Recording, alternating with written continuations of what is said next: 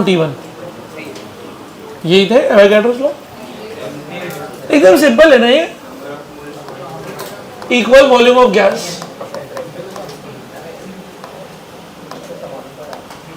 contains equal number of molecules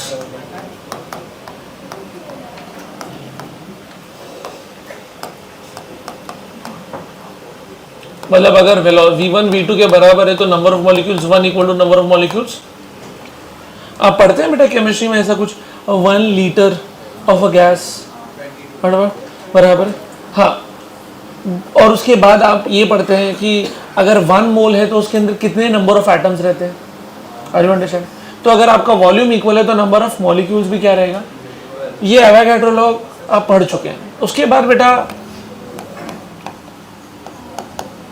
शायद ये भी देखा होगा,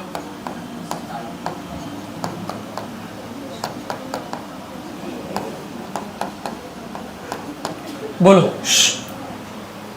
मैं अभी आप लोग आगे बुलाने ही वाला हूं, तो आप लोग जी भर के कर लो आपकी जो भी हरकत है, बुलाता हूं अभी आगे। Dalton's law of partial pressure, इसको समझिए।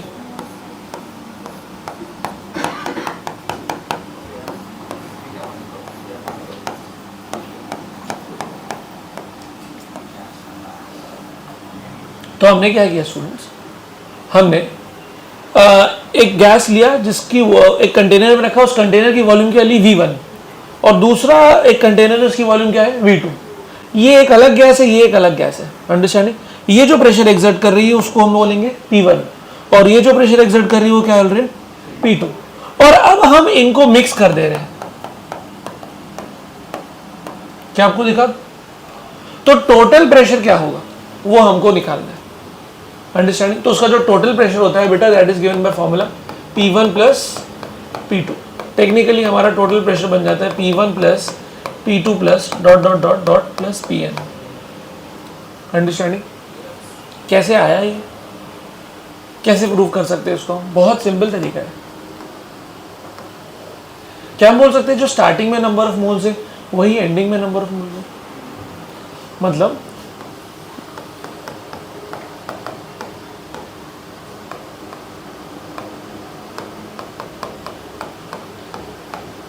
क्या आपको ये समझता है मेरी बात? What is the basic formula for ideal gas equation? PV is equal to NRT। तो आप N की जगह पे क्या लिख सकते हैं? PV, करिए करिए मन में करिए, बोलिए PV upon RT।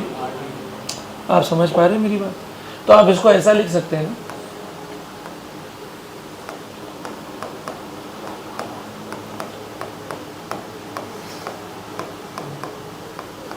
Correct. Temperature हमने मान लो सेम रखा है। अच्छा, नेक्स्ट में क्या मैं बोल सकता हूं, अब पूरा नया सिस्टम हो चुका है तो क्या मैं बोल सकता हूं P नेट V नेट, क्या आपको मेरी बात समझ रही? Upon what? RT। क्या आपको ये समझता है? Simple, okay. RT क्या हो जाएगा बेटा? कैंसिल। तो आपके पास कुछ बचा ऐसा? जरा डायग्राम से बताइए, जो नया कंटेनर है उसकी नई वॉल्यूम क्या नजर आ रही है आपको? V1 प्लस V2, क्योंकि हमने उसको ऐड करके बनाया है। तो आपका नया प्रेशर क्या बनता है बेटा? P1 V1 plus P2 V2 upon V1 plus V2। Simple, clear है? कहानी एकदम सिंपल है। ये आपने क्या निकाल दिया बेटा? Net pressure exerted by this. Okay, अभी अगर आप ये करते, मान लो कि आप इसको एक वॉल्यूम V में रखते, इसी को भी वॉल्यूम V में रखते, दो अलग अलग है, और बाद में इसको मिक्स कर देते, करेक्ट, एक ही कंटेनर में, करेक्ट है। तो आपकी नेट वॉल्यूम क्या काउंट होती बेटा? बोलो, क्या मैं बोल सकता हूं आपका V1 भी V के बराबर था, V2 भी किसके बराबर था? V, understanding. और इसको उठा के इसमें डाल दिया, तो अब आपका फाइनल वॉल्यूम भी क्या है? V। तो V1 के जगह पे भी क्या लिखना पड़ता? V। V2 के जगह पे भी क्या लिखना पड़ता? V।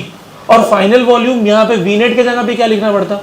अगर वो V सब जगह से कैंसिल हो जाता, अगर मैं ये केस बनाऊं आपके लिए, तो इसके लिए आपकी इक्वेशन क्या बनती, बोलो P1V is equal to NRT, बोलो यहाँ पे क्या बनती, P2V is equal to N2RT, यहाँ पे क्या बोलती, P net into V is equal to N total RT। Are you understanding? फिर यहाँ से अब इक्वेट करते, N1 प्लस N2 को ऐड करते, मैं आपको कराऊं कि इसके आगे का आपको समझ में आ गया? बोलो यहाँ से N1 क्या लिखोगे, P1V अपॉन RT, यहाँ से N2 क्या लिखोगे, P2V अपॉन RT, यहाँ से N टोटल क्या लिखोगे, P net V upon RT। कहने से सब जगह से V कॉमन निकलने वाला था, RT भी कैंसिल निकल रहा। और अगर ये पूरी कहानी क्लियर हो जाती तो आपको P नेट आता क्या, P1 plus P2 plus what ever, इस दो ही गैस है तो P1 प्लस P2। समझ में आया? ये फॉर्मूला और ये फॉर्मूले में डिफरेंस क्या है, बोलो। यहाँ पे हमने उन दोनों को एक अलग कंटेनर में डाला जो कि सेम साइज का नहीं था। यहाँ पे हमने क्या किया, दोनों को मिक्स कर दिया, और कौन से कंटेनर में, एक ही कंटेनर में। क्लियर है? अच्छा, ये फॉर्मूला आप कहीं ना कहीं रट लेना, कहीं ना कहीं आपको सवाल आएगा। कैसा सवाल आएगा बताता हूँ, देखो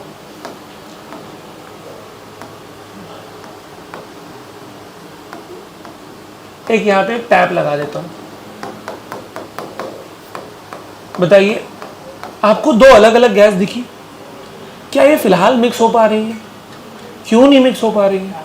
क्योंकि सर हमने वो वाल्व को क्लोज रखा है। वाल्व बोलो या टैप, आप समझ पाते हैं मेरी बात? अगर मैं इसको क्लोज कर दूं, बराबर, अच्छा ये दोनों का अगर प्रेशर अलग अलग है तो आपको ये मानना पड़ेगा कि किसी का प्रेशर ज्यादा होगा और किसी का pressure, gas always move from high pressure to. तो अगर आप मानते हैं कि P2 लोअर पे और P1 हायर पे, तो ये वाली गैस किधर मूव करेगी, उधर जाएगी। इसका मतलब इनके बीच में क्या होगा, मिक्सिंग होगा। बट उसमें एक शर्त है, क्या शर्त रखा है हमने, क्या कंडीशन रखा है, नॉन रिएक्टिव। हम ये नहीं चाहते कि ये दोनों आपस में मिल जाए और कुछ अलग बना दे। ऐसा होता है ना कि दो गैस मिलके कुछ नया सब्सटेंस बना सकते हैं, होता है कि नहीं? आपने केमिस्ट्री में पढ़ा कि दो गैस मिला के आपको लिक्विड भी बना के दे सकते हैं, है कि नहीं है?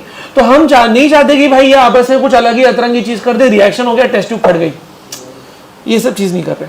तो अब बताओ, अगर ये इधर से मूव करेगा तो कब तक करेगा भाई, जब तक ये दोनों का एक इक्विलिब्रियम प्रेशर ना आ जाए, नेट प्रेशर हम बोल सकते हैं। और वो नेट प्रेशर कैसे मिलेगा, इसकी वॉल्यूम को आप V1 ले लीजिए, इसकी वॉल्यूम को V2 ले लीजिए और इन सबको पूरा सॉल्व कर लीजिए, हो जाएगा। समझ में आया? क्लियर है? तो वहां पे वो लगेगा, आई थिंक ऐसा क्वेश्चन मॉड्यूल में आपको दिख जाएगा। तो ये फॉर्मूला उसके लिए और ये फॉर्मूला इन जनरल। बट आप याद रखिए टोटल प्रेशर क्या होगा, P1 प्लस P2 ऐड कर देने का। अगर सबको मिक्स कर रहे हैं तो सारा प्रेशर ऐड हो जाएगा।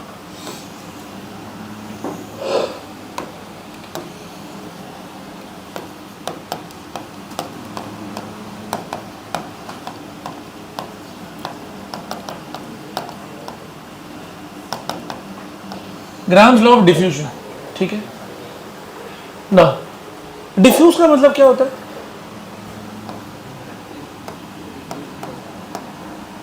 जब आप कुछ अच्छी खुशबू, परफ्यूम, इत्र या वो अपना स्प्रे जो भी आता है आपका, डिओड्रेंट वगैरह लगा रहे हैं, तो बेटा जब आप स्प्रे कर रहे हैं या रूम फ्रेशनर ले लीजिए, तो पूरे रूम में खुशबू फैल जा रही है, करेक्ट है?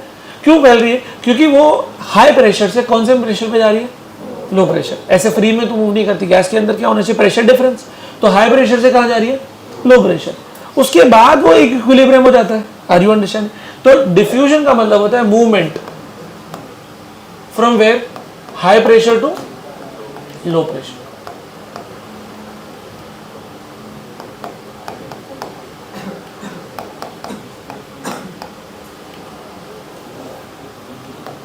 ठीक है, ग्राम्स लॉ ऑफ डिफ्यूजन। तो गैस जो है वो डिफ्यूज करेगी हाई प्रेशर से लो प्रेशर के लिए। और ये डिफ्यूजन का जो रेट है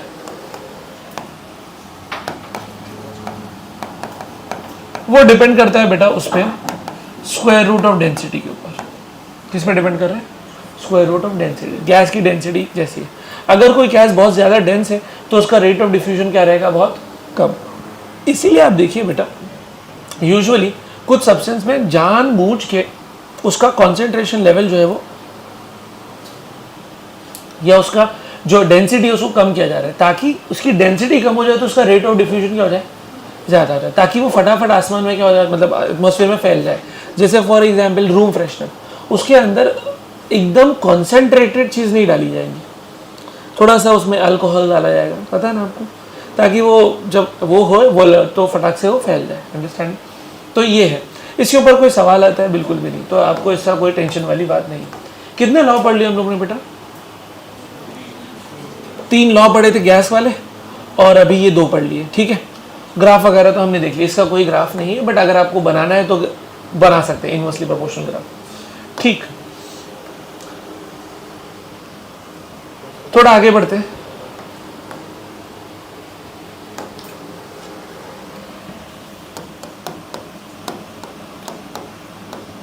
लास्ट टाइम भी ये सवाल पूछा था, इस बार फिर से पूछ रहा हूँ, what is ideal gas equation? What is ideal gas actually? Last time पूछा था। A gas which obeys all gas law is called as ideal gas. Ideal gas equation sir हमारा फेवरेट टॉपिक है, सारे बच्चों का आता ही है। बोलो क्या है बेटा? Very nice. पी क्या है बेटा आपका? प्रेशर। वॉल्यूम बोल रहे। वी क्या है? अच्छा, एन क्या है? जिसके फॉर्मूले क्या है? N is equal to mass upon molar mass, बराबर, given mass upon molar mass, बराबर। और आपका एक और फॉर्मूला बनता है एन अपॉन, इसमें एन क्या है? Number of molecules, and N A क्या है? एवोगैड्रो नंबर। ठीक, आर क्या है? Universal gas constant. ये वर्ड यूनिवर्सल क्यों डाला है हमने? ये वर्ड यूनिवर्सल क्यों डाला है हमने? यूनिवर्सल क्योंकि सब गैसेस के लिए ये वैल्यू क्या रहने वाली है बेटा? फिक्स ही रहने वाली है, चेंज होने नहीं वाली। इसकी वैल्यू अगर आप बता दें तो बहुत अच्छा होगा। बोलो 0.83। और कुछ बोलो, मैं लिख नहीं रहा हूँ, आप लोग का इंतजार कर रहा हूँ क्योंकि आपने केमिस्ट्री में पढ़ा है ना। 8 पॉइंट, हाँ बोलो 8.314। वेरी गुड बेटा, ये सही है, बट इसका यूनिट क्या है वो इंपॉर्टेंट है। क्या हो गया? खाली एक लेटर मूव हुआ?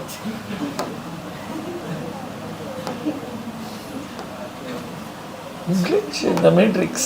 8.314 जूल पर केल्विन पर मोल। एक और आता है ना 0 लीटर एटीएम में, अगर आप बता दें तो बहुत अच्छा रहेगा। लीटर एटीएम पर मोल पर केल्विन। सोचो सोचो सोचो, मैं नहीं बताऊंगा भाई, आपने पढ़ा ये चीज। 1.03 नहीं, 8 से ही चालू होता है वो।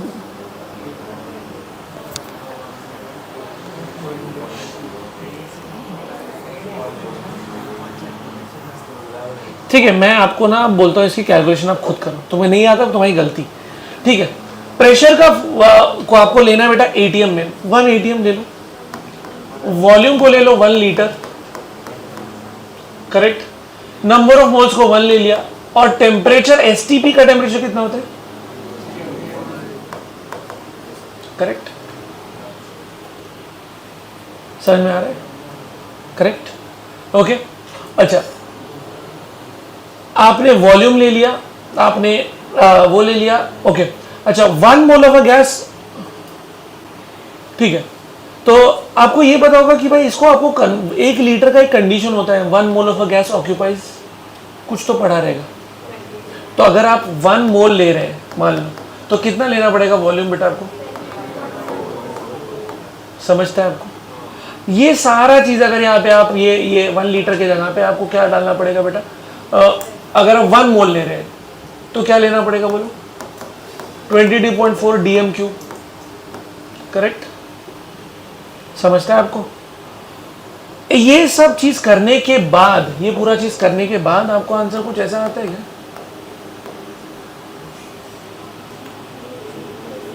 नहीं था ये आपको केमिस्ट्री में? क्या है इसकी वैल्यू? ये कुछ और पढ़ा है? नहीं पढ़ा है?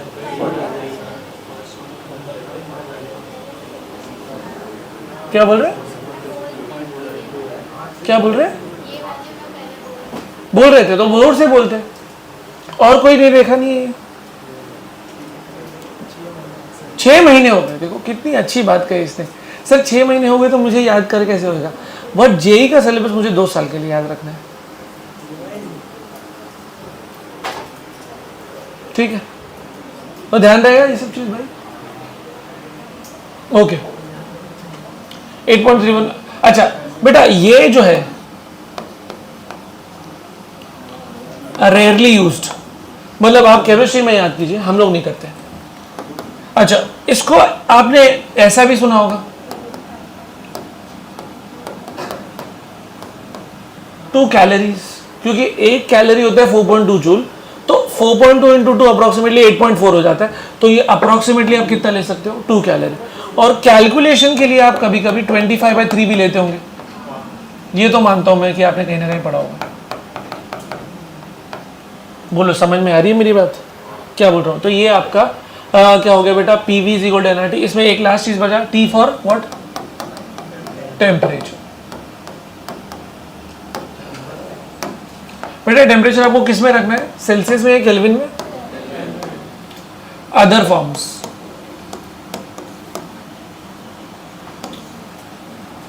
अभी आपने पढ़ा पीवी इज इक्वल टू क्या बेटा, एनआरटी। क्या हम एन को प्यार से लिख सकते हैं, बोलो N upon N A.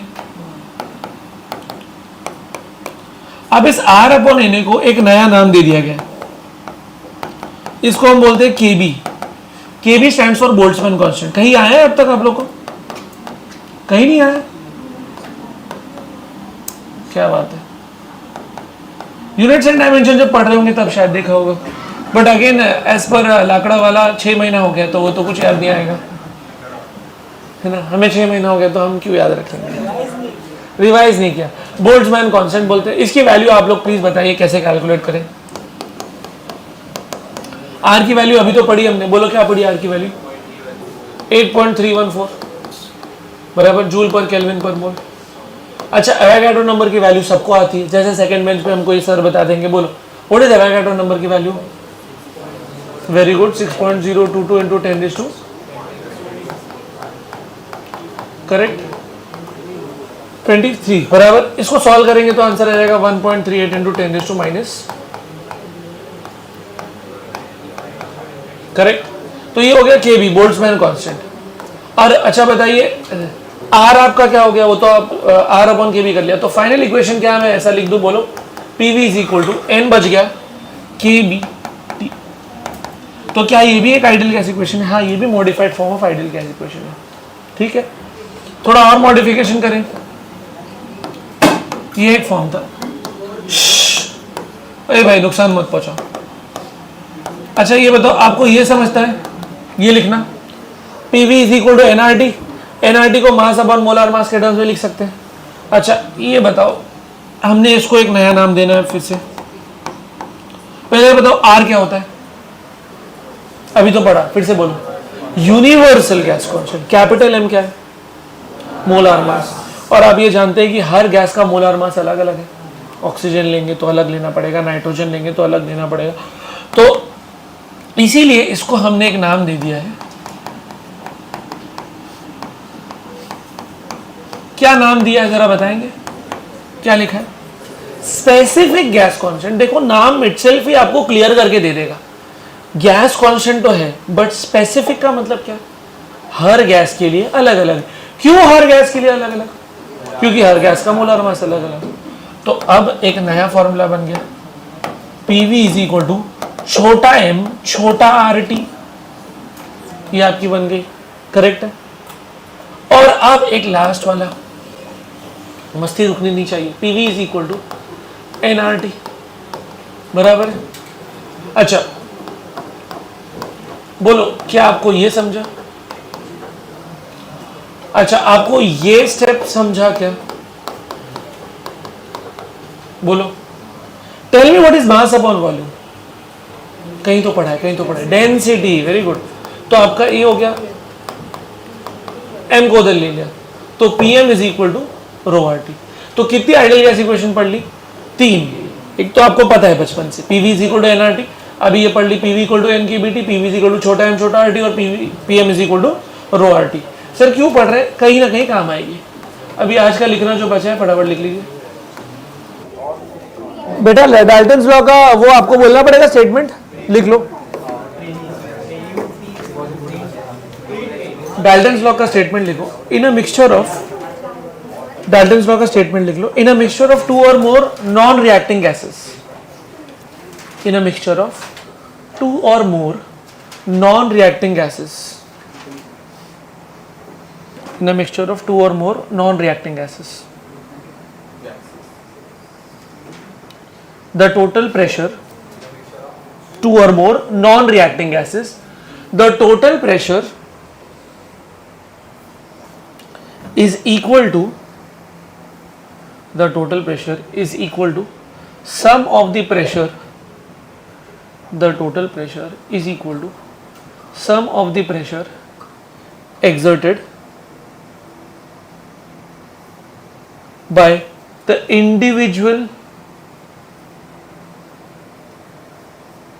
gases. ठीक,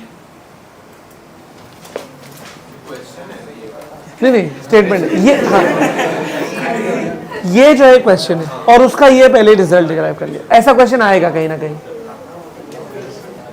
पहले ये समझ लो. तो अगर हम एक गैस मॉलिक्यूल को देखें तो समझाने के लिए बस, what is happening dear students, ये इधर जा रहा है फिर इधर जा रहा है इधर जा रहा है. अच्छा, इसकी वेलोसिटी एक ही डायरेक्शन में या बहुत सारे डायरेक्शंस में? करेक्ट है. और एक मॉलिक्यूल की बात करें या जितने मॉलिक्यूल सब रैंडमली जा रहे हैं, तो ये मॉलिक्यूल इधर जा रहा है, ये मॉलिक्यूल इधर जा रहा है, ये मॉलिक्यूल इधर जा रहा है, ये मॉलिक्यूल इधर जा रहा है, ये मॉलिक्यूल. आज आपके भी पेरेंट आएंगे, तेरी भी फील्डिंग सेट है बेटा. चलो फेंकने की बात छोड़, ये जो तू बातों से फेंक रहा है उसको, ठीक है. तो ये मॉलिक्यूल का बेटा अगर मैं आपसे पूछूं एवरेज स्पीड क्या है, तो स्पीड में तो डायरेक्शन देखने की दिक्कत है नहीं, सारी स्पीड को ऐड करो डिवाइड करो तो आपको एवरेज स्पीड मिल जाएगी. बट अगर मैं आपसे पूछूं एवरेज वेलोसिटी, लिखने का तरीका ये है,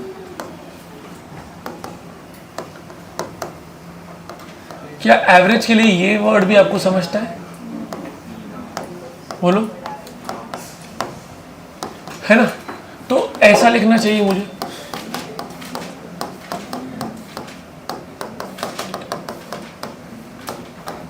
बोलो, आपको समझा ये? 1 की वेलोसिटी प्लस 2 की वेलोसिटी प्लस 3 की वेलोसिटी प्लस n मतलब क्या? n molecules. और n का मतलब आपको क्लियर है, n मतलब नंबर ऑफ मॉलिक्यूल्स. तो ये आपको समझ में आ गया कि सारे मॉलिक्यूल्स की वेलोसिटी को ऐड करके divide by number of molecules कर देंगे तो आपको कौन सी स्पीड मिल जाएगी? एवरेज वेलोसिटी मिल जाएगी. बराबर है ना? बट डोंट यू थिंक इसका आंसर 0 आ जाएगा?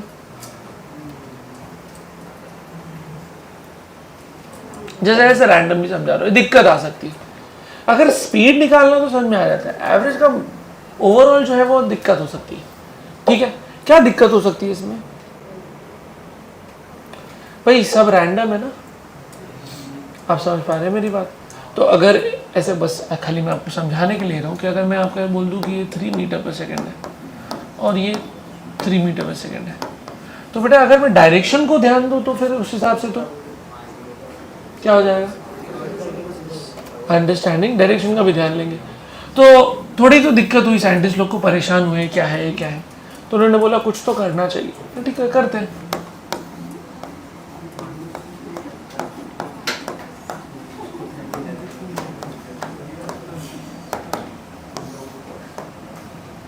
क्या किया?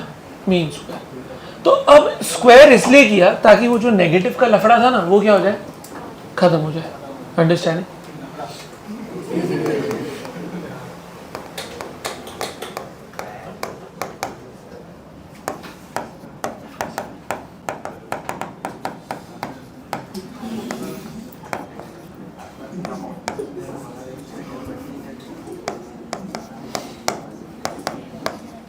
बोलो, क्या आपको ये समझता है? ओके, बट ज़रा सोचिए, अगर एक मॉलिक्यूल है, इसकी वेलोसिटी 3 मीटर पर सेकेंड है, इसकी भी वेलोसिटी 3 मीटर पर सेकेंड है, तो इसको प्लस लोगे, इसको क्या लोगे? माइनस लोगे. तो 3 का स्क्वायर कितना हो जाएगा? 9. इस -3 का स्क्वायर कितना हो जाएगा? 9 + 9 करना पड़ेगा. 2 मॉलिक्यूल की बात हो रही है तो डिवाइड भी कितने से करना पड़ेगा? 2 से. 9 + 9 कितना होता है बेटा? 18. 18 डिवाइड बाई 2 कितना होता है 9। तो आपको जो मीन स्क्वायर स्पीड आई क्या आई 9। बट आप तो चाह रहे थे क्या निकालना मीन। अच्छा अगर मैं आपको कहूँ कि आप लोग की मीन एज 24 है, झूठ है सही है? झूठ है, क्योंकि सर हमारे में किसी का भी एज जो है वो 24 नहीं है। Are you understand? तो क्या मैं बोल सकता हूँ मीन आपके सबसेट के सबसे लार्जेस्ट वैल्यू से भी छोटा होता है। Are you understanding? आपका सबसे लार्जेस्ट एज ग्रुप भी है जो भी एज है उससे भी छोटा ही रहना चाहिए मीन। इधर तो हम ले क्या रहे थे 3 और हमें आंसर क्या आ रहा है 9। तो इसका मतलब ये तो रबिश है, कोई मतलब ही नहीं है। तो उन्होंने बोला अब क्या करें भाई, मुझे नेगेटिव हटाना था तो नेगेटिव हटाने के लिए ये कर लिया और ठीक है भाई, बट आपने जो किया वो गलत किया, उस काम तो नहीं बन रहा है। तो उन्होंने बोला ये करते हैं।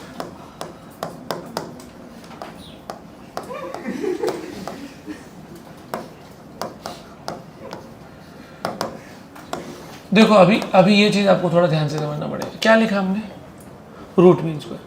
अब जरा फिर से सोचो बेटा, आपने क्या किया था पहले, इसका स्क्वायर किया था। 3 का स्क्वायर कितना हो गया था 9, -3 का स्क्वायर कितना हो गया था 9। फिर उसे किससे डिवाइड कर दिया आपने 2 से। तो 9 + 9 कितना हो गया 18, 18 डिवाइड बाई 2 कितना हो गया 9। और अगर आप अब रूट लगा दे तो आंसर क्या आएगा, रूट ऑफ रिजल्टेंट जो भी है कितना है 3। अंडरस्टैंडिंग? अगर आप देखें तो इसका मीन कितना आना चाहिए 3 आना चाहिए। आप समझ रहे मेरी बात? बट अगर डायरेक्शन को इग्नोर करे तब ना, समझ रहे मैं क्या बोल रहा हूं? आपको 3 स्क्वायर प्लस -3 स्क्वायर किया आपने, फिर मीन लेने के लिए किससे डिवाइड किया, फिर आपने क्या लगा दिया, तो आपको आंसर क्या है 3। अच्छा अगर मैं खाली आपको बोलूँ इसकी स्पीड 3 मीटर पर सेकेंड है और इसकी स्पीड 3 मीटर पर सेकेंड है, इसका मीन कितना आएगा आपको 3, बराबर है। अगर मैं ऐसा दे दूं तो इसका आंसर क्या आएगा 0। अरे भाई डायरेक्शन अलग है ना, अगर वेलोसिटी की बात करूं तो डायरेक्शन अलग है ना भाई उनका। अरे भाई कहाँ से आ रहे बच्चे यार, 3i cap plus -3i cap ना, तो 0 हो जाएगा। तो हमको वो 0 बार बार आ रहा था तो उसको अवॉइड करने के लिए एक तरीका चुना जिससे कुछ आंसर भी तो आ गया। मतलब we have reduce the negative वाला एस्पेक्ट। नेगेटिव वाले एस्पेक्ट को निकाला कैसे, स्क्वायर करके। बट स्क्वायर करके आंसर तो बहुत गलत आ रहा था, तो उसमें और क्या लगा दिया, रूट। तो this concept is called is what, root mean square velocity. क्यों कर रहे हैं समझा? मीन से तो काम हो नहीं रहा था, मीन से आंसर 0 हो जा रहा था, मीन से आंसर 0 हो जा रहा था। फिर बोला चल स्क्वायर करके देखते हैं। क्यों स्क्वायर करते हैं, ताकि वो नेगेटिव का प्रॉब्लम खत्म हो जाए। फिर वो स्क्वायर करके देखा तो पता चला कि आंसर बहुत बड़ा आ रहा था। फिर बोले एक काम करते हैं रूट लगा के देखते हैं, तो उनसे आंसर जो है वो एकदम परफेक्ट आ रहा है। तो आपको मॉलिक्यूल्स का यूजुअली कौन सा स्पीड दिया जाएगा, root mean square. Understanding? v1 square plus v2 square. बेटा लिखा रूट मीन स्क्वायर है बट करते बिल्कुल उल्टा हो। देखो पहले स्क्वायर करते हो, फिर मीन लेते हो, फिर क्या करते हो, रूट लगाते हो। तो पहले स्क्वायर कर लिया हर एक वेलोसिटीज का, फिर उसका क्या किया, मीन ले लिया, फिर क्या कर लिया, रूट लगा दिया। इसको हम क्या बोलेंगे, रूट मीन स्क्वायर। इतना सिंपल है। अब एक लास्ट है,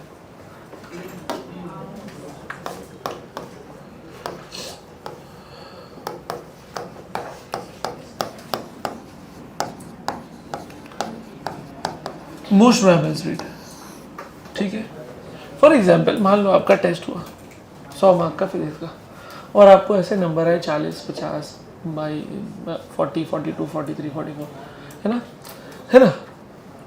किसी एक को उसमें से 10 भी आया होगा, 5 भी आया होगा, किसी को 70, 80 भी आया होगा, करेक्ट। मान लीजिए ऐसा किसी ने मतलब पेपर देखा, मैं नहीं दिया, आपका खाली शीट पे मार्क देखा, ठीक है।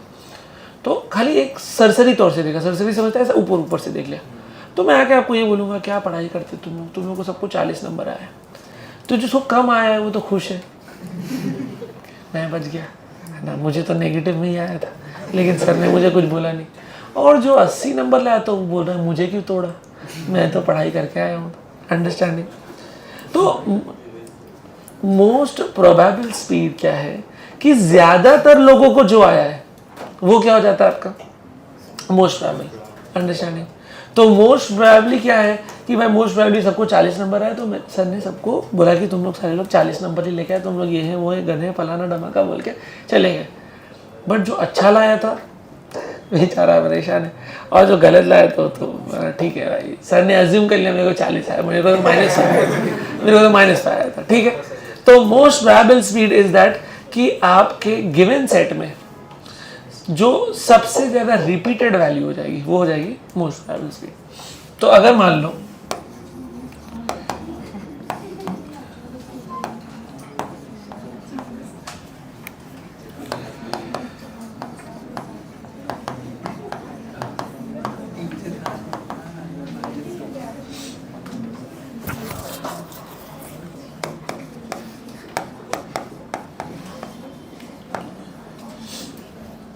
सुनिए,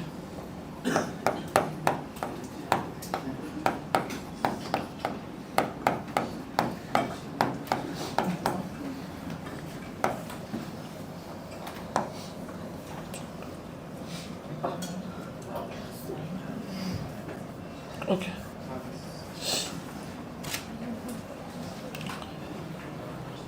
बेटा, इसमें हाईएस्ट वैल्यू क्या है? हाईएस्ट 9, लोवेस्ट क्या है? बट जब मैंने ये देखा तो मैंने क्या बोला, सबको लगभग कितना है, 3 या 4 है, ऐसा बोल के सर ने छापना चालू कर दिया। सबको पढ़ते नहीं है, नहीं बोला। 9th वाला परेशान है, 8th वाला परेशान है, 1st वाला खुश है, बोले हाँ ठीक है। तो इसमें अगर मैं आपसे बोलूँ what is the most probable speed, it is what 3 है ना, ये ऑब्वियसली किलोमीटर्स पर सेकंड में।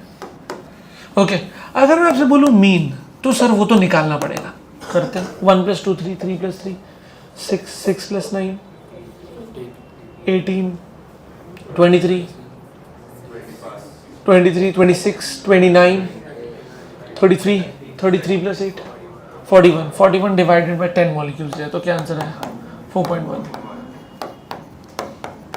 तो इसका मतलब क्लास का मीन तो 4.1 है, बराबर है। बस वो क्या बोल रहे हैं, मोस्ट प्रोबेबल कितना है, अंडरस्टैंडिंग?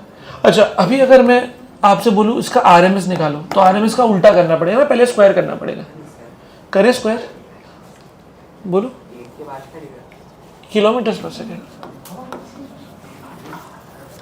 चलो 1 का स्क्वायर 1, 1 प्लस, एक काम करता हूं मैं लिख देता हूं, 1 + 4 + 9 प्लस कितना हो जाएगा बोलो, 81 + 9 + 25 + 9 + 9 + 16 + 64।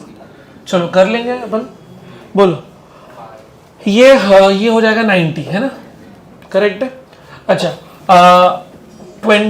16 और 9 ये कितना हो जाएगा 25, तो एक हो गया 90 प्लस 50 हो गया 140 plus this will become 69 plus 18 कितना हो जाएगा, टोटल 150 हो चुका था, बराबर। ये कितना हो जाएगा 18 और ये अपना 25, इसके बाद मेरे हिसाब से हो जाएगा आपसे सॉल्व। बोलो कितना हो जाएगा, ले लिया था 25 पहले लिया था वाला, हाँ वो 25 पहले ले लिया, तो वो 50 ले लिया था हमने, तो ये 50 ये 50 हो चुका, ये और ये 50 हो चुका था, ये आपका 90 हो चुका था, 140 140 प्लस 18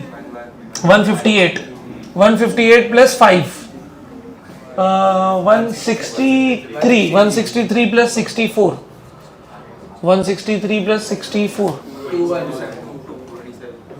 कितना, 63 प्लस 64 कर रहे थे 7 हो गया, और हाँ कितना 227 और डिवाइड बाय 10 कर दिया तो 22.7, root of 22.7 will be greater than 4 but less than 5, बराबर।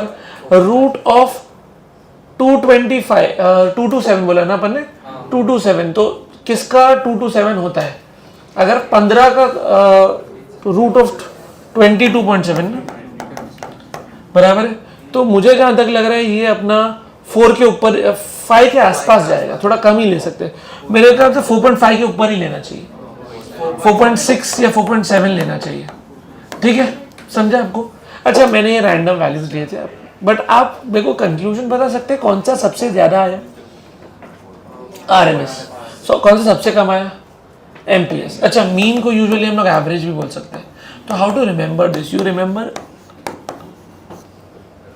हाँ राम तो कोई बोलता ही नहीं है, ठीक है। तो R for RMS, A for average और M फॉर MPS। सिंपल तरीका याद करने का, RMS value is greater than average value is greater than MPS value, simple है। ओके,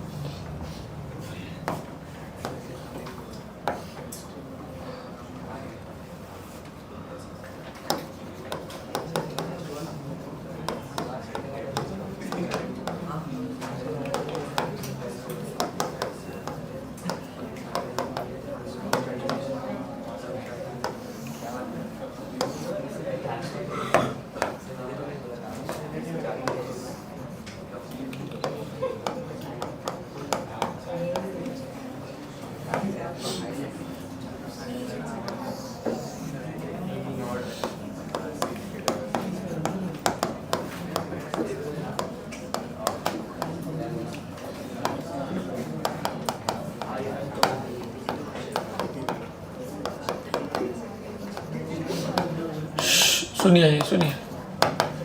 तो dN by dV क्या है? तो हम जो है ना नंबर ऑफ मॉलिक्यूल्स को एक फंक्शन ऑफ वेलोसिटी ले रहे हैं। जरा देखिए क्या लिखा है हमने, नंबर ऑफ मॉलिक्यूल्स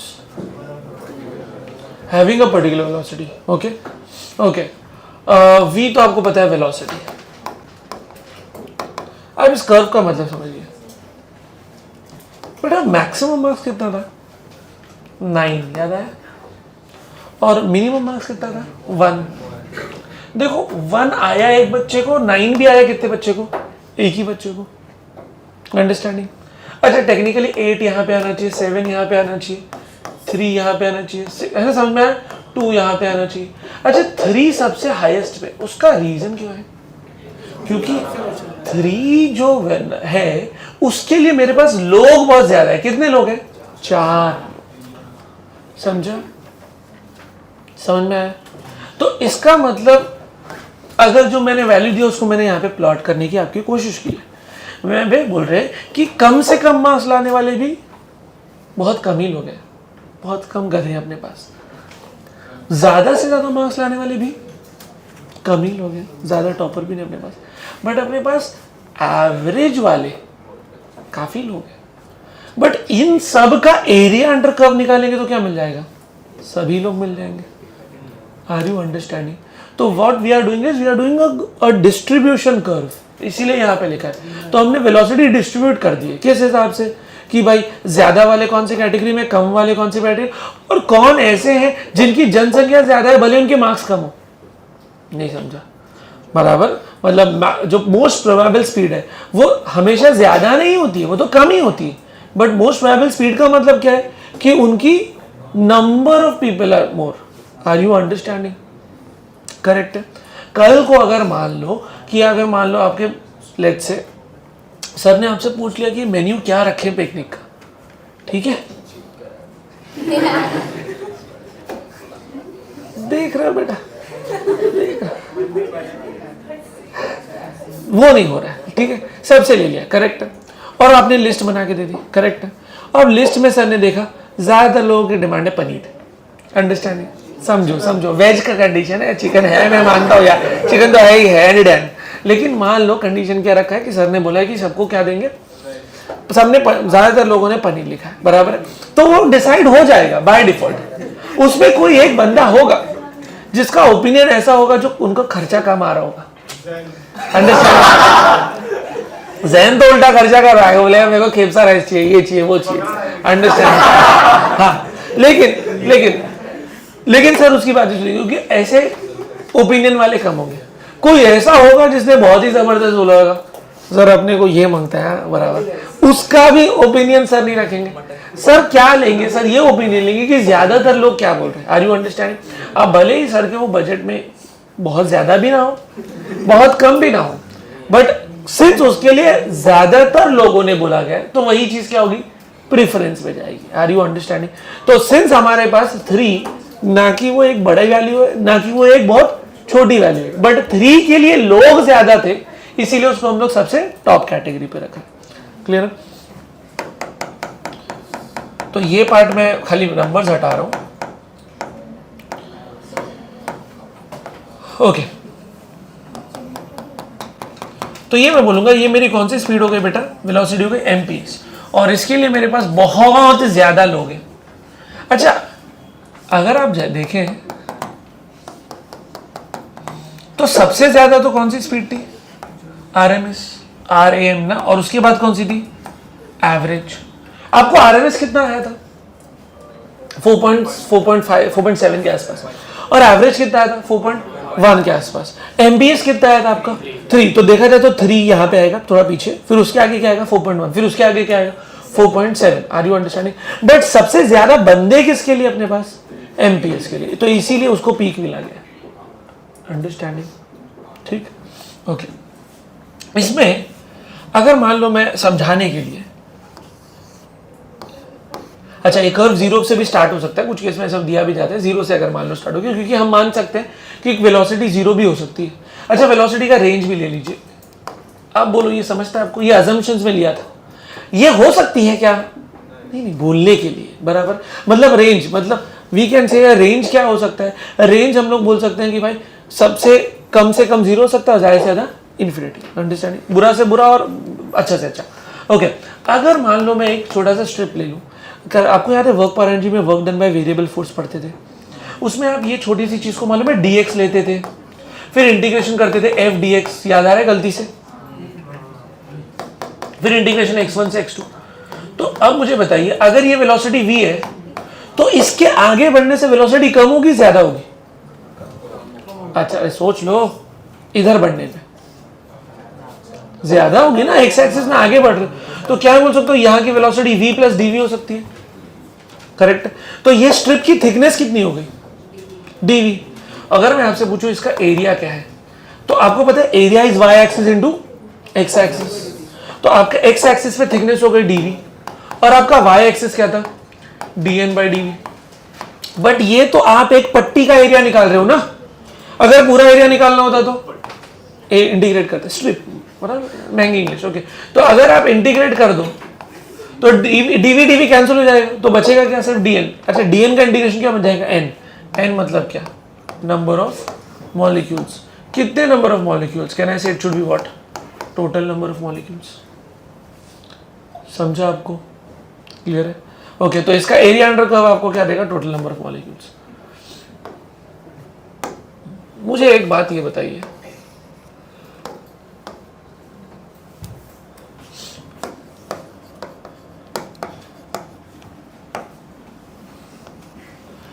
अगर मैं हीट कर दूं, टेम्परेचर बढ़ा दूं, तो डोंट यू थिंक मॉलिक्यूल की मस्ती बढ़ जाएगी, उनकी वेलोसिटी बढ़ जाएगी? तो ये एक कर्व है और ये एक कर्व है, ठीक है?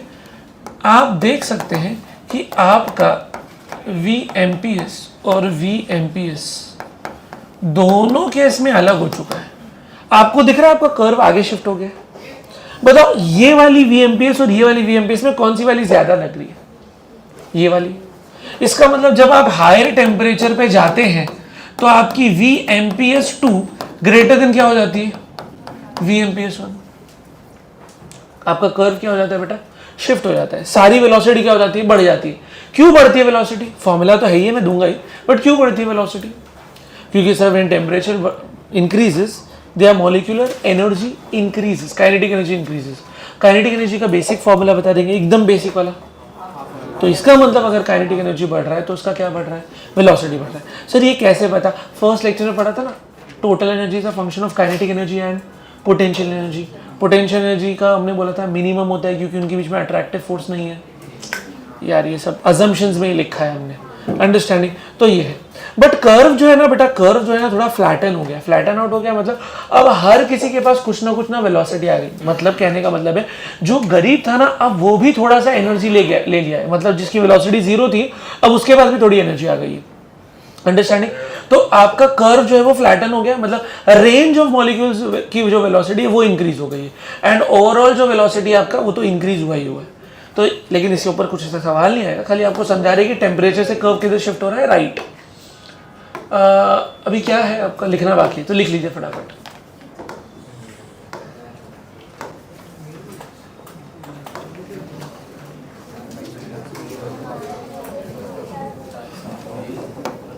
दिख रहा है? बाकी लोग क्या करेंगे बेटा?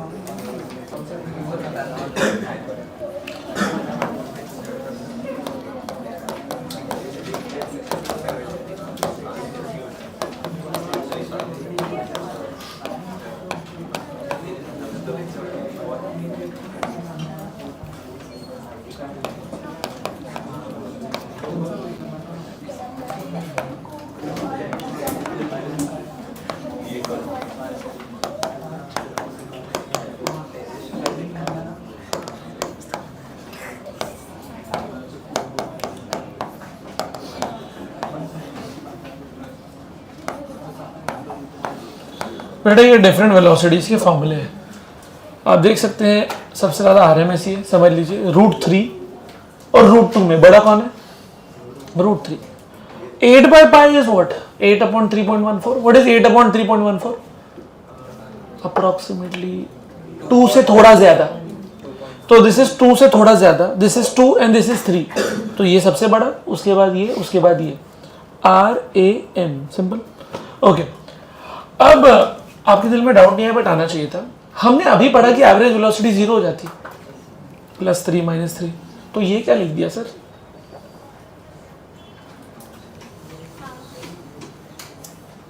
The whole concept of RMS is because the average was getting 0 ना।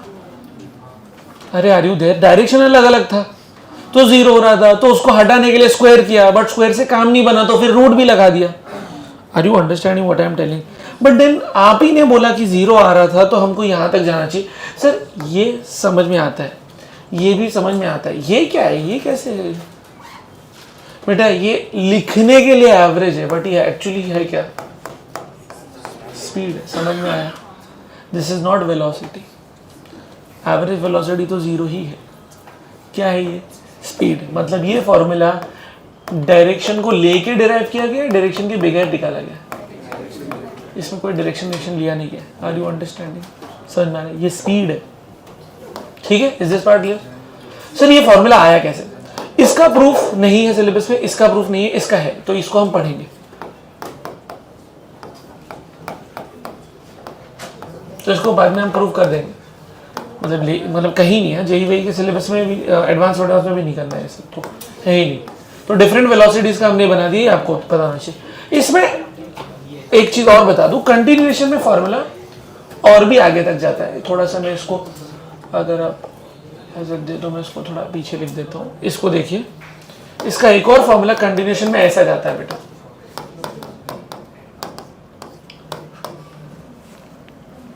पूरी क्लास में खाली तुम दोनों की आवाज आ रही है बेटा।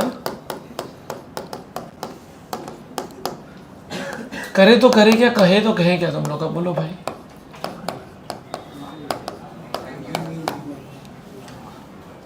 ओके, ये क्लियर है पार्ट? अच्छा सर ये कैसे है RT/m? बेटा अभी आपने different forms of ideal gas equation पढ़ी ना। PV इज इक्वल टू, याद आ रहा है? nRT, PV is equal to NKBT, याद आ रहा है? फिर आपने पढ़ा PM is equal to ρRT। तो ये RT/m को हम KBT/m में कैसे लिख रहे हैं वो मैं आपको समझा सकता हूँ। जरा देखिए,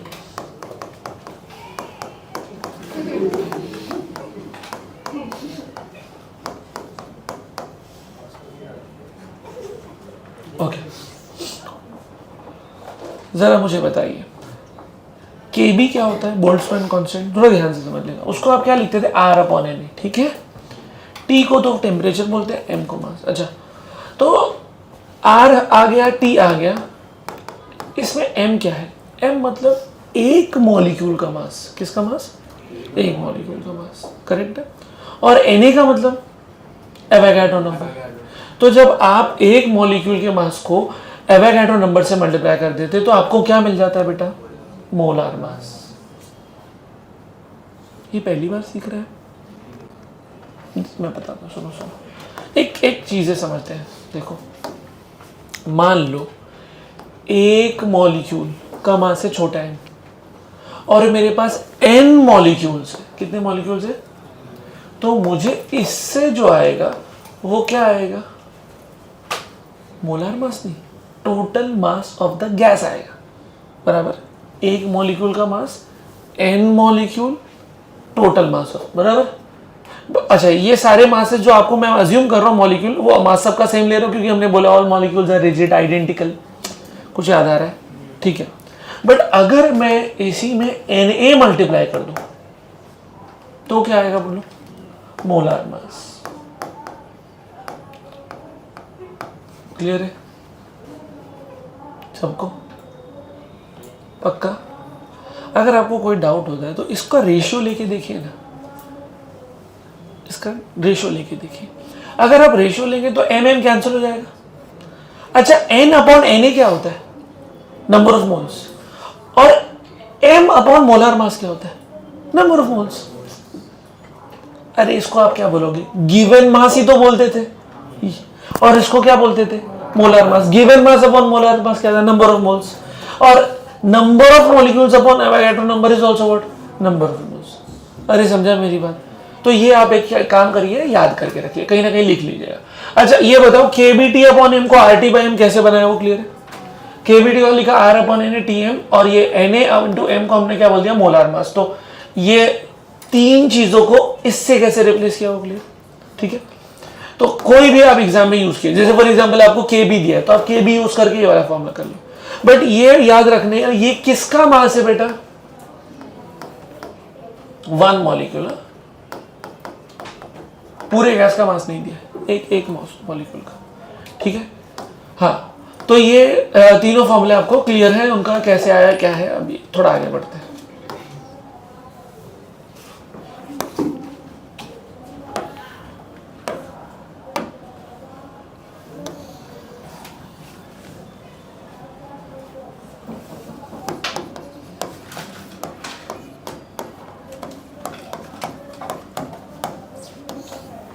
mean free path, lambda mean से डिनोट करते हैं हम लोग। ओके, इसको समझिए क्या होता है मीन फ्री पाथ। देखो मॉलिक्यूल्स जो है वो हर डायरेक्शन में ट्रैवल कर रहे हैं, करेक्ट है, ऐसे जा रहे हैं, फिर ऐसे जा रहे हैं, फिर ऐसे जा रहे हैं, फिर ऐसे जा रहे हैं, फिर ऐसा जा रहे हैं, फिर ऐसा जा रहे हैं, करेक्ट है, फिर ऐसे जा रहे हैं। समझते हैं आपको मेरी बात?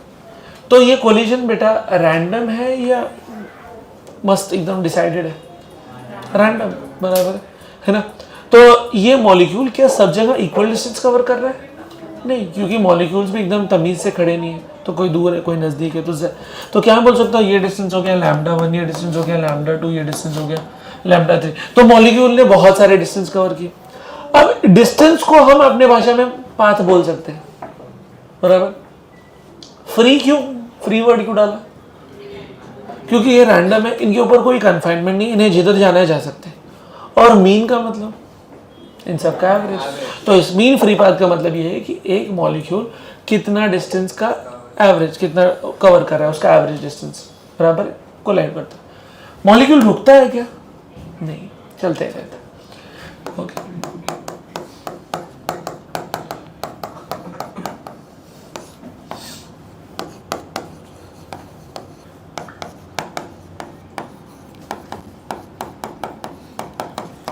ये बात क्लियर। एन क्या हो गया आपका, नंबर ऑफ कोलिजन्स। अब इसका एक स्टैंडर्ड फॉर्मूला है जिसका भी प्रूफ आपको नहीं है, डायरेक्ट एनसीईआरटी में उठाया हुआ है, डायरेक्ट कुछ है नहीं, प्रूफ आपको डीसीपी में भी नहीं मिलेगा, आपको ये बस लर्न करना पड़ेगा।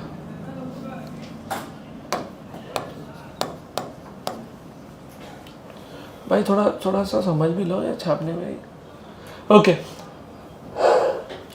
Lambda mean is equal to 1/√2 pi D square N dash, ठीक है। इसको समझ लो, डी मतलब क्या, डायमीटर ऑफ मॉलिक्यूल, पाई तो पाई है, खाली √2 है, पूरे पे रूट नहीं लगा है। एन डैश का मतलब क्या, number of molecules per unit volume. अच्छा,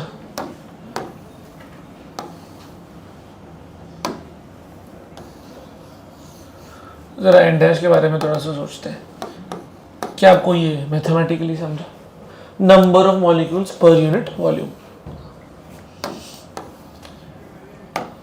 मुझे आइडियल गैस इक्वेशन बता दीजिए आप लोग। अच्छा ये चलेगा, बोलो ये वाला लिख दूं, चलेगा? ये भी तो पढ़ा था अभी। तो मैं क्या कर रहा हूं, देखिए P is equal to N upon V K B T, ये भी समझेगा आपको। अच्छा एन अपॉन वी को मैंने क्या नाम दे दिया, एन डैश। अच्छा डैश लगाने से आई होप आपको कंफ्यूजन तो ना हो। अगर मैं डैश नहीं लगाता तो आप गलती से उसको नंबर ऑफ मोल्स भी मान सकते थे, तो जानबूझ के मैंने क्या लगा दिया, एन डैश। ठीक है, तो अब आपको एन डैश की वैल्यू क्या आ गई, बोलो? P अपॉन के बी टी, ये समझ में आ गई? अब ये वैल्यू पुट कर दो, बोलो लैम्डा मीन का फॉर्मूला क्या हो जाएगा, 1 अपॉन रूट 2 पाई डी स्क्वायर। एन डैश की जगह पे क्या डालना है, P अपॉन के बी टी। तो और अच्छा फॉर्मूला क्या बन गया, के बी टी अपॉन रूट 2 पाई डी स्क्वायर इंटू पी। अच्छा इस फॉर्मूले से क्या मैं बोल सकता हूं कि आपका जो है वो लैम्डा मीन टेम्परेचर को डायरेक्टली प्रोपोर्शनल है। अब सोचिए और समझिए, जब आप टेम्परेचर बढ़ाते हैं तो कहने से मॉलिक्यूल्स की काइनेटिक एनर्जी बढ़ जाएगी, बराबर? अभी ऊपर इक्वेशन में पढ़ा ना, RMS is directly proportional to square root of temperature. और अगर उनकी काइनेटिक एनर्जी बढ़ जाएगी बेटा, तो उनकी वेलोसिटी बढ़ जाएगी, जिसकी वजह से बेटा वो बहुत ज्यादा दूर सफर तय करेंगे, बहुत ज्यादा कोलाइड करेंगे, अंडरस्टैंडिंग? तो उनका मीन फ्री पाथ भी क्या हो जाता है, बढ़ जाता है, एनर्जी ज्यादा आने की वजह से। अगर मैं आपसे इसका ग्राफ बनाने को कह दूं तो आप बना लेंगे खुद से, लकड़ा वाला, बोलो? सिंपल स्ट्रेट लाइन बन जाएगा। और अगर मैं प्रेशर की बात करूं तो वो इनवर्सली प्रोपोर्शनल टू प्रेशर है, तो उसका ग्राफ भी आप लोग बना लेना, बोलो हो जाएगा?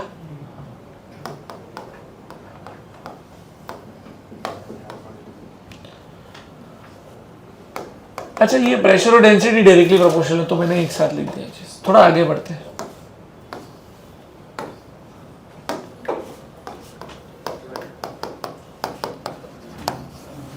कोलिजन फ्रीक्वेंसी, थोड़ा एकदम बेसिक चीज बताइए। Speed is equal to distance upon time, speed is equal to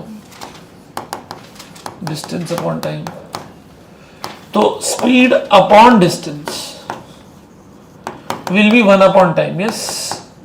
अच्छा कहने से 1 upon time is nothing but what, frequency. तो मैं क्या लिखा हूं बेटा, तो collision frequency f is speed upon time, बराबर है एवरेज स्पीड। और डिस्टेंस कौन सा डिस्टेंस बेटा, जो अभी हमने पढ़ा, कौन सा डिस्टेंस पढ़ा, mean free path divided by lambda mean. बताओ लैम्डा मीन का सबसे सिंपलेस्ट वाला फॉर्मूला क्या था, वो था 1 अपॉन रूट 2 पाई, याद आ रहा है, एन डैश डी स्क्वायर। तो आपका कोलिजन फ्रीक्वेंसी का फॉर्मूला आ जाएगा V average into root 2 pi N dash D square. अच्छा अगर आप चाहें तो वी एवरेज का फॉर्मूला याद कर लें, अंडर रूट 8 बाई पाई वाला, वो भी आप पुट कर सकते हैं, बट वो करने की जरूरत है। ठीक है, फटाफट लिख लीजिए इतना।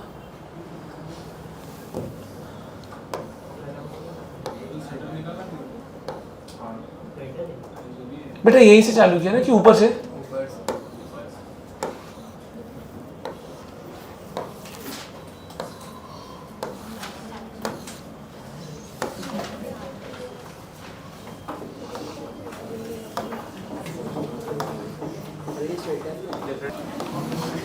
ये चैप्टर एचएससी में भी है आपका बेटा। वैसे तो डायरेक्ट फॉर्मूला देने का दिल करता है, लेकिन मैं बता देता हूँ पूरा चीज।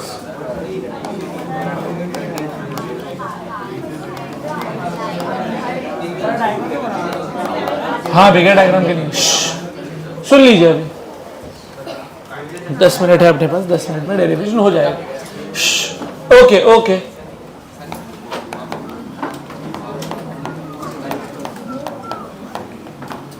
ये ठीक है बेटा। Mass of each molecule M, N का मतलब टोटल नंबर ऑफ मॉलिक्यूल्स। तो बोलो स्मॉल एम इंटू एन क्या हो जाएगा, टोटल मास, बराबर।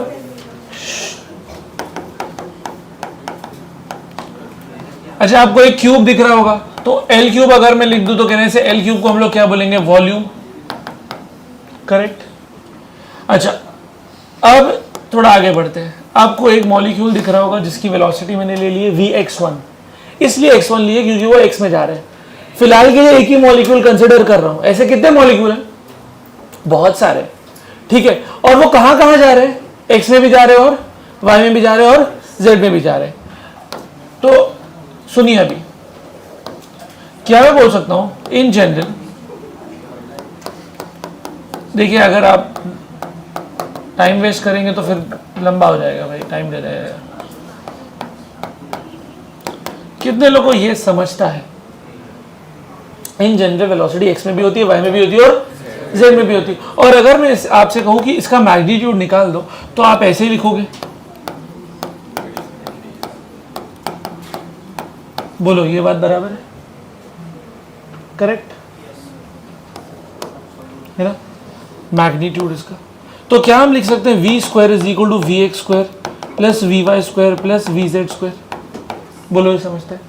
इफ एक्स में, वाई में और जेड में वेलोसिटी सेम रहे तो क्या मैं यहां पे लिख सकता हूं, बोलो 3vx square is equal to V square. नहीं समझा, लिखने का घाई मत करना भाई, अगर आपको नहीं समझेगा तो दिक्कत हो जाएगी। अगर आपको ऐसा लगेगा कि टाइम खत्म हो गया तो फोटो लेके चले जाना, बट प्लीज़ थोड़ा सा वो हो जाओ। देख सो फोन नहीं है, ओके लिखना ही पड़ेगा, कुछ कर नहीं सकते। V X square is equal to V square by 3, क्या आपको ये समझता है? ठीक है, इस पे यहाँ पे हम लोग जो है वो होल्ड करते हैं, आगे बढ़ते हैं।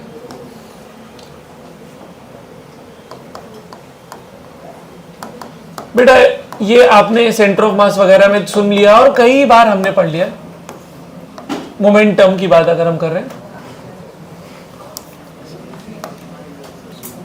तो अगर एक मॉलिक्यूल v वेलोसिटी से जा रहा है तो रिटर्न कितने से आएगा, अगर कोलिजन इलास्टिक है तो -v। तो क्या मैं बोल सकता हूं change in momentum will be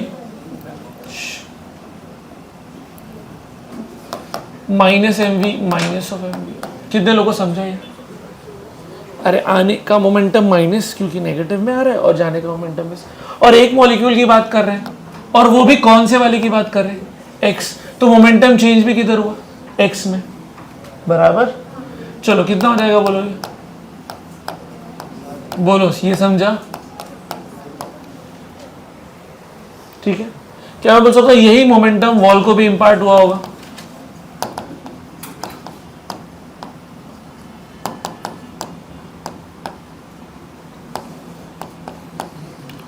अच्छा, क्या आप बता सकते हैं फोर्स का ये फॉर्मूला सही है कि नहीं?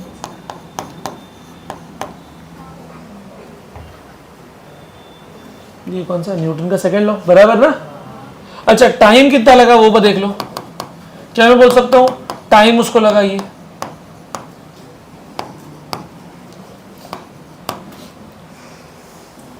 L 2L, नहीं समझा? समझा? और आने का time is equal to distance upon speed, speed Vx1। ये वैल्यू को मैं यहां पे पुट कर रहा हूं। ये निकालना था 2mVx1, टाइम हमने निकाल लिया था 2L अपॉन Vx1। बेटा ये 2 छू झाला, बोलो क्या बचेगा, mVx1 स्क्वायर अपॉन L। ये आ गया फोर्स x1। अच्छा अगर आपको फोर्स आता है तो आपको प्रेशर आ सकता है, बोलो प्रेशर का फॉर्मूला क्या होता है, जल्दी जल्दी बता दो। अब जरा डायग्राम बताना, आपको क्यूब ध्यान में रहेगा, जिस वॉल से वो टकरा रहा है वो वॉल एक स्क्वायर ही तो है, बराबर है। तो उसका एरिया क्या लोगे आप, L स्क्वायर, और आपके पास ये ऑलरेडी है ना। L और L का क्या हो जाएगा, क्यूब हो जाएगा। तो हम आगे बढ़ेंगे तो क्या बचेगा अपने पास, बोलो Vx1 square by L cube, ये आ गया Px1। अच्छा अगर मुझे x में टोटल प्रेशर चाहिए तो क्या मेरे को लिखना पड़ेगा ऐसा,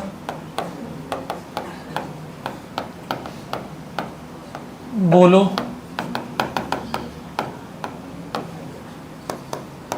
कितने लोग को समझा?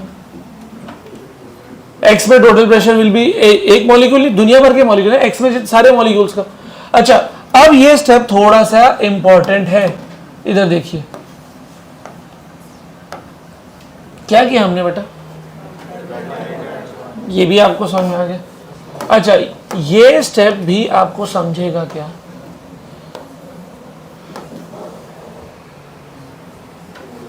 सो रूट और स्क्वायर लगा दिए, क्यों लगाए वो इधर आके आपको अभी पता चल जाएगा। बोलो, रूट लगाने से आपको नहीं लग रहा कि जो अंदर आपको आया है वो कोई तो फॉर्मूला है, टाइप्स ऑफ वेलोसिटी पढ़ी थी, कौन सी ऐसी वेलोसिटी जिसमें रूट लगा रहे थे हम लोग, बोलो, ये आरएमएस वेलोसिटी हो ना, देखो ना, आपने सबका स्क्वायर किया फिर डिवाइड बाय एन कर दिया, तो ये हो क्या गया, V R M S, but उसका भी क्या हो रहा है, स्क्वायर इनटू व्हाट, एन। अच्छा बताओ, एम इंटू एन कुछ तो पढ़ा था, कैपिटल एम, याद आया, और ये एल क्यूब क्या था आपके लिए, वी। क्या आपको ये समझा, ये किसका प्रेशर था बेटा, एक्स का, बोलो ये समझा। सिमिलरली मुझे बताओ वाई का क्या लिखूं, बोलो, और सिमिलरली बताओ जेड का क्या लिखूं,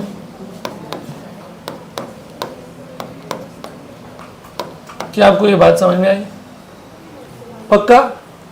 गैस मॉलिक्यूल एक्स में भी प्रेशर लगाएंगे, वाई में भी लगाएंगे और जेड में भी लगाएंगे। क्या बोल सकते हो, average pressure will be P X plus P Y plus P Z divide by 3। नहीं, आप नहीं समझे, समझे आप लोग,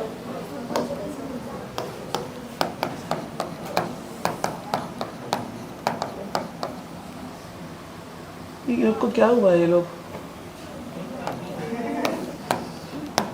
क्या 1/3 कॉमन हुआ, बोलो, P X P Y P Z को अगर मैं कॉमन ले लूं तो उनमें से m बाई वी कॉमन आ जाएगा, क्या बचेगा बोलो आपके पास, V R M S X square plus V R M S Y square plus V R M S Z square. But कहना है ये मिला के तो नेट आर एम एस ही हो जाता है। अरे आप समझ रहे हैं मेरी बात, क्योंकि आपने अभी तो पढ़ा था ना थोड़ी देर पहले, V net is equal to root of V X square plus V Y square plus V Z square. कुछ याद आ रहा है गलती से, ये ऊपर वाला कहानी देखो देखो देखो, ये वाला कहानी याद आ रहा है, करेक्ट है।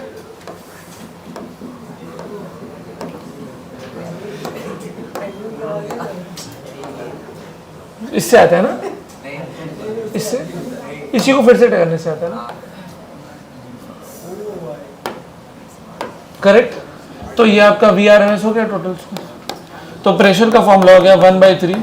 बेटा ये एक्स का है या वाई का है, जेड का है, नेट है ये, समझा।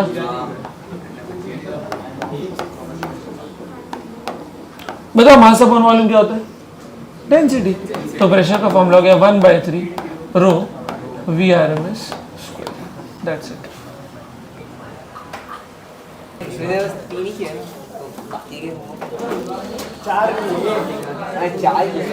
I like people who act smart but are dumb.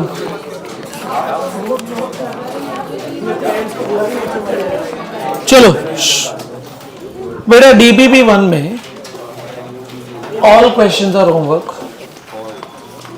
तो there are 15 क्वेश्चन। एक्सरसाइज में तो मैंने आपको जो मार्क किया वो तो आपका कैरी फॉरवर्ड हो ही रहा है। Then you have to come to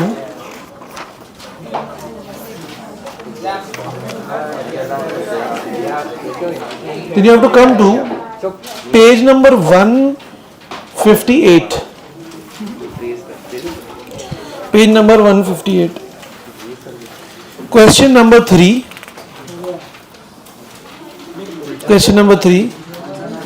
question number 3 के बाद you have to go for question number